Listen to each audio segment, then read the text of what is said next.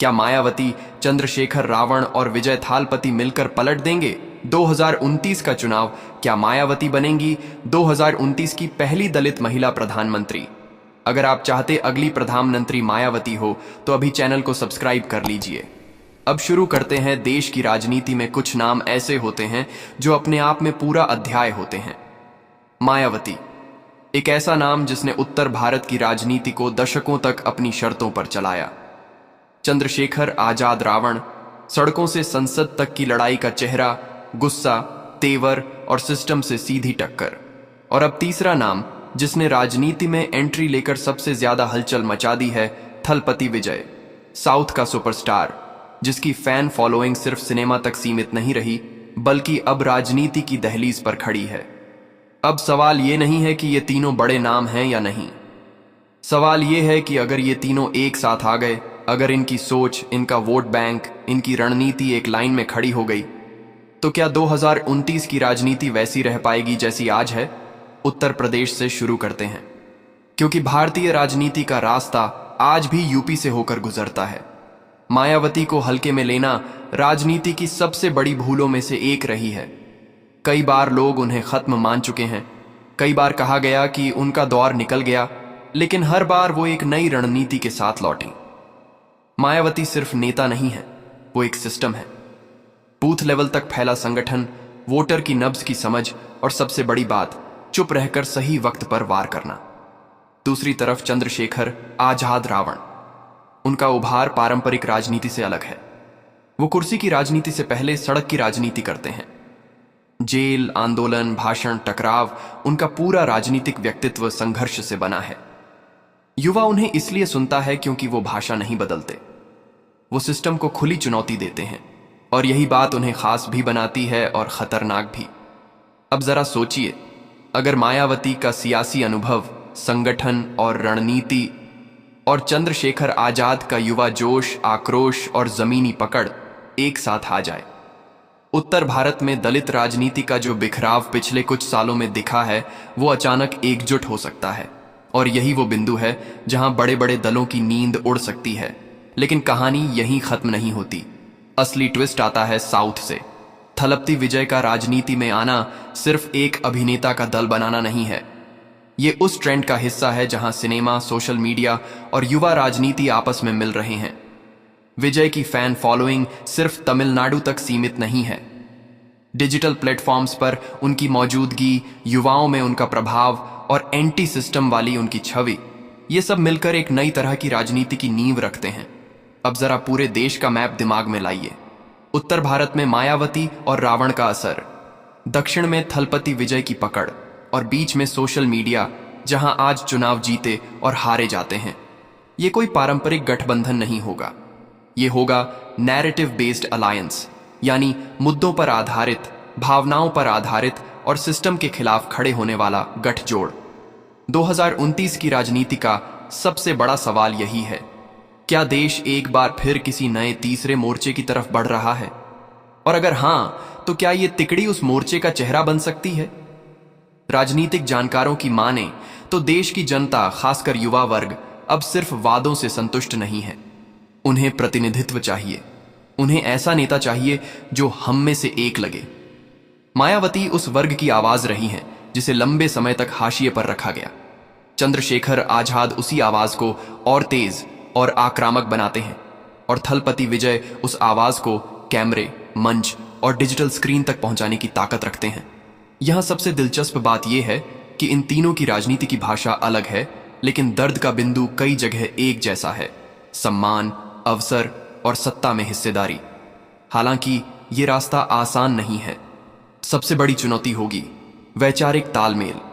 मायावती हमेशा से बेहद अनुशासित, कंट्रोल्ड राजनीति करती आई हैं, वहीं चंद्रशेखर आजाद टकराव की राजनीति में विश्वास रखते हैं। थलपति विजय अभी राजनीति के शुरुआती दौर में हैं, जहां भावनाएं और प्रतीक ज्यादा हावी रहते हैं। इन तीनों को अगर एक मंच पर आना है तो सिर्फ कैमरे के लिए नहीं, जमीनी स्तर पर भी समझ बनानी होगी। लेकिन राजनीति में असंभव कुछ नहीं होता। जो गठबंधन कल तक नामुमकिन लगते थे, आज हकीकत है, और जो आज अफवाह लग रहा है वो कल हेडलाइन बन सकता है। 2019 अभी दूर है, लेकिन राजनीति में दूर कुछ नहीं होता। तैयारी आज से शुरू होती है। सोशल मीडिया पर नैरेटिव आज से बनता है। युवाओं के दिमाग में विकल्प आज से बैठता है। और यही वजह है कि मायावती, चंद्रशेखर आजाद रावण और थलपति विजय का नाम एक साथ लिया जाना ही अपने आप में बड़ी खबर है। अगर आने वाले महीनों में इन तीनों के बीच संवाद बढ़ता है, साझा मंच दिखता है या किसी भी तरह का संकेत मिलता है, तो समझ लीजिए कि 2029 की स्क्रिप्ट दोबारा लिखी जा रही है। ये सिर्फ सत्ता की लड़ाई नहीं होगी, ये पहचान की लड़ाई होगी। ये उस राजनीति की चुनौती होगी जो सालों से कुछ तय चेहरों और तय दलों के इर्द गिर्द घूमती रही है। और शायद यही वजह है कि आज इस संभावित गठजोड़ की चर्चा से ही कई राजनीतिक दल सतर्क हो गए हैं। क्योंकि जब उत्तर की रणनीति, युवाओं की सड़क और दक्षिण की स्टार पावर एक साथ आती है, तो चुनाव सिर्फ जीते नहीं जाते, इतिहास बनाए जाते हैं। ये तो सिर्फ शुरुआत है। आगे और भी बड़े खुलासे, समीकरण और संकेत सामने आएंगे। इसलिए जुड़े रहिए, चैनल को सब्सक्राइब कीजिए, क्योंकि 2029 की राजनीति की असली कहानी अभी शुरू हुई है। राजनीति में असली खेल हमेशा पर्दे के पीछे खेला जाता है। कैमरे के सामने जो दिखता है वो अक्सर आधा सच होता है, बाकी आधा वो रणनीति होती है जो बैठकों में, बंद कमरों में और भरोसेमंद लोगों के जरिए आगे बढ़ती है।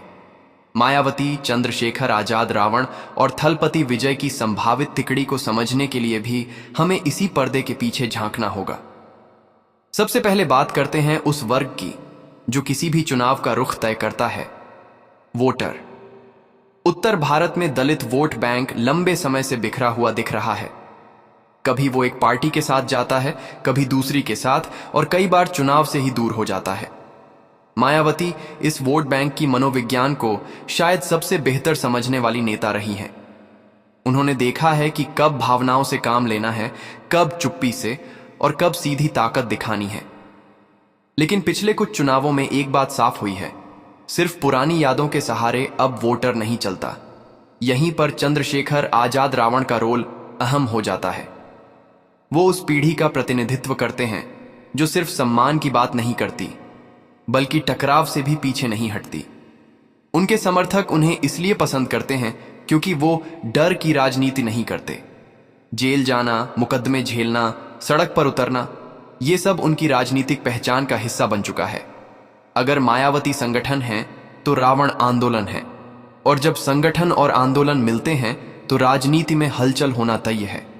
अब जरा दक्षिण भारत की तरफ रुख करते हैं। थलपति विजय का असर सिर्फ फैन क्लब तक सीमित नहीं है। तमिलनाडु में राजनीति और सिनेमा का रिश्ता नया नहीं है। यहां जनता सितारों को सिर्फ पर्दे पर नहीं, सत्ता में भी देखने की आदी रही है। विजय की छवि एक ऐसे नायक की है जो सिस्टम से सवाल करता है, आम आदमी के दर्द को कहानी बनाता है। यही छवि अब धीरे धीरे राजनीतिक संदेश में बदल रही है। युवा उन्हें इसलिए सुन रहा है क्योंकि उन्हें लगता है कि ये हमारी भाषा बोलता है। अब सवाल ये उठता है कि इन तीनों का साझा एजेंडा क्या हो सकता है। राजनीति में गठबंधन सिर्फ चेहरे जोड़ने से नहीं बनते, उन्हें मुद्दों की जरूरत होती है। शिक्षा, रोजगार, प्रतिनिधित्व, सामाजिक सम्मान, ये वो बिंदु हैं जहां तीनों की राजनीति एक दूसरे को छूती है। फर्क सिर्फ इतना है कि मायावती इसे संस्थागत भाषा में कहती हैं, रावण आंदोलन की भाषा में, और विजय भावनात्मक प्रतीकों के जरिए। 2029 तक का समय इन सब के लिए प्रयोगशाला जैसा है। ये वो दौर है जहां जनता विकल्प तलाश रही है। बड़े दलों से नाराजगी खुलकर सामने नहीं आती, लेकिन अंदर ही अंदर असंतोष पनपता रहता है। ऐसे में अगर कोई नया विकल्प भरोसे के साथ सामने आता है तो वही सबसे बड़ा फैक्टर बन जाता है। एक और अहम पहलू है सोशल मीडिया। पहले राजनीति रैलियों और अखबारों तक सीमित थी। आज राजनीति रील्स, क्लिप्स और वायरल वीडियो में सिमट गई है। इस मोर्चे पर थलपति विजय सबसे मजबूत कड़ी साबित हो सकते हैं। उनकी डिजिटल फैन आर्मी किसी भी संदेश को मिनटों में देश भर में फैला सकती है। वहीं चंद्रशेखर आजाद का ग्राउंड वीडियो, गिरफ्तारी, भाषण, सब कुछ सोशल मीडिया पर अपने आप ट्रेंड बन जाता है। मायावती भले ही इस खेल में कम दिखाई देती हों, लेकिन जब वो बोलती हैं तो उसका असर गहरा होता है। राजनीतिक विश्लेषकों का मानना है कि अगर ये तिकड़ी बनती है तो इसका सबसे बड़ा असर उन सीटों पर पड़ेगा जहां मुकाबला बेहद करीबी होता है। वहां सिर्फ 2-3% वोट का इधर उधर होना नतीजा पलट देता है। और यही वो जगह होती है जहां नए गठबंधन इतिहास रचते हैं। लेकिन खतरे भी कम नहीं हैं। सबसे बड़ा खतरा है आपसी नेतृत्व का शव।